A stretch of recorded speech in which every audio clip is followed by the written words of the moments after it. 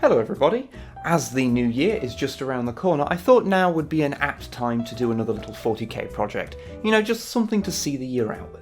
If you're anything like me, your 40k armies will have a handful of really old models hiding in them. Usually this isn't a big thing to do. If you want to use a Space Crusade Orc, for example, you can just throw him in as an Orc boy since their weapons haven't really changed. Sometimes it's a little more complicated, like with this Rogue Trader era Contemptor Dreadnought that, due to its height and weapon loadout, I actually end up running as a Furioso, and even then I have to pretend that its second Stormbolter is a Melter because it's a whole thing. However, sometimes you have a model with no modern parallels, so you have to get a little creative. And that's what we're going to do in this video. This is an Imperial Jetbike from around 1988. Big thanks to Storm Knight who sent this in to us, by the way. Now, I want to use this in my Blood Angels successor army. However, Space Marine jetbikes aren't exactly something you can get anymore outside of Samael and the Heresy stuff, and it doesn't feel right to use it as a regular bike either, since, well, A, it can fly, and B, there aren't any single model bike units in this codex anyway. Well, apart from attack bikes, but I don't fancy fabricating a sidecar for this. But given its small size and its weapon loadout, I think I do have an idea of how to use it. I'll explain how later, but for now I'll show you how I modified it for my needs.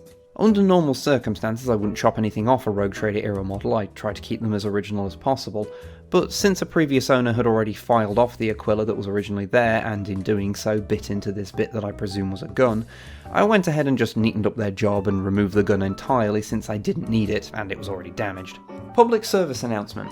Many of the models from this era contain a lot of lead in them, so when you are drilling or filing them, it is important that you do not eat the flakes. Not only will they do horrible things to your insides, but they taste terrible. Once that was done, I went ahead and replaced the Aquila with a newer, bigger one made by combining bits from the Imperial Knight and Drop Pod kit. Originally it was just going to be using the bit from the Knight kit, but after cutting off the wings so I could make it fit around the front of the bike better, I lost the central part to the great devourer of miniature parts. The carpet. Give it back, you bastard! Next up, I turned my attention to the base. Now, the model did come with its original base, but just looking at the flimsy, already slightly broken clear plastic stand and thinking of mounting a metal model on top of it made me feel anxious, so instead I went with a sturdier solution. Using a bit of one of the old beaky sprues, since they're nice and round and I guess it keeps the Rogue Trader theme going, I made a short post that I could pin at either end and attach to a 32mm base. Sure, it's less fancy than the clear peg stand, but it should be a lot more sturdy, easier to repair if it breaks, and as a bonus, puts it on the correct base for the unit it'll be proxying for. I opted to make the peg a little off-centre and I gave the bike a bit of an angle so as to hopefully make the final model have a bit more of a dynamic pose. I just had to hope that in the end it would all pay off. Skipping forward a bit, here's the rider all assembled. He's mostly made from an RTB01 beaky that the bike came with, but I ended up using modern arms for him since I have way more of those in way more poses. Oddly enough, despite the Rogue Trader Marines being significantly shorter than their modern equivalents, their arms are about the same length, so the arms don't look that much more out of proportion than the usual ones would anyway. I also wanted him to have his hands on the controls, which meant I actually had to make some from various bits and pieces. Having arms actually interacting with the bikes was something of a luxury in 1980s GW models, I'm afraid. A minor thing I'll mention here is that when I put together one of these old plastic beakies, I do like to put a little sliver of plasticard on the backpack so that they sit a little further out. It's a personal preference thing entirely, but I just think it looks a little bit better than them being completely flush to the body and also gives you a little bit more room to play with. At this point I also did a few small things to the bike. I added a pistol holster since, well, he needed one, and added a little bit of green stuff to hide some of the damage at the front that I wasn't able to clean up with a file. The base itself will be painted with modern texture paint, but the green stuff on there is actually there just as an experiment to see if by adding a little bit of mass to it I could make it look a little bit less flat and inorganic than they usually do. So with construction finished, let's move on to painting.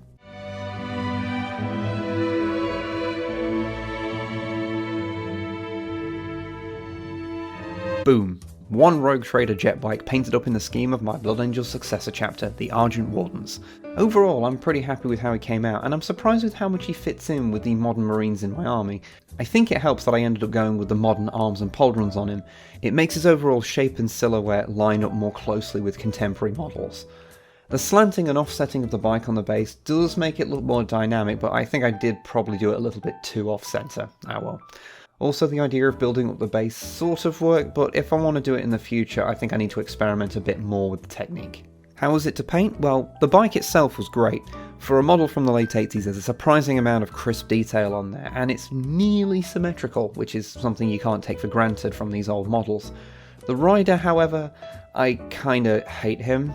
I mean, don't get me wrong, the final result I'm happy with, but my god were those old Marines low on detail. It makes painting them so much harder than it usually is since you have so little to work with, or in some cases, like where the eye lenses are actually just indents in the plastic, you're left trying to insinuate the shape of something with your painting that isn't really there. It can be a real headache sometimes. But this guy was from the first plastic 40k kit. It would be unfair to judge them by modern standards even if I am painting it over 30 years later. One thing I know I definitely would have done differently if I were to do this again is that I would pin the rider to the bike. As soon as I glued him in place, I was like, yeah, he's gonna snap off in transit one day. But hey, when he does, I guess I can just pin him then. But whereby hear you cry, how will this be run in a modern game, you massive idiot? Well, he'll be run as a jump pack lieutenant. I picked this because it's really the only thing in the Blood Angels Codex that would allow him to use his jetbike as an actual jetbike, i.e. give him fly. The base unit has a bolter, bolt pistol and chainsword, but here I've swapped out the bolter for a storm bolter, since he has these twin link bolters on the bike that will be good stand-ins, and the chainsword for a power sword, mostly just for kicks. Would this unit be any good? I have no idea, but I'm sure I'll have some fun finding out. He'll probably spend a lot of time hanging around my death company helping them re-roll wounds and generally causing mischief before getting shot a lot. But anyway, there we go, one jetbike for use in a modern army. It was a fun little project, and to be honest, I can't wait to try him out on the tabletop. Now, the people I usually play against wouldn't really have any issue with how I've chosen to run this guy, but I'm interested with how all you folks at home would feel if someone chose to run this against you. Is it too different from the unit it's being played as, or does Rule of Cool override that? I'm sure it'd be disallowed in a lot of tournaments, but then competitive 40k has never been my scene anyway. Also enjoy seeing him next to my other lieutenant, who absolutely dwarfs him. I now await your fanfictions about tiny beaky biker boy and his huge girlfriend.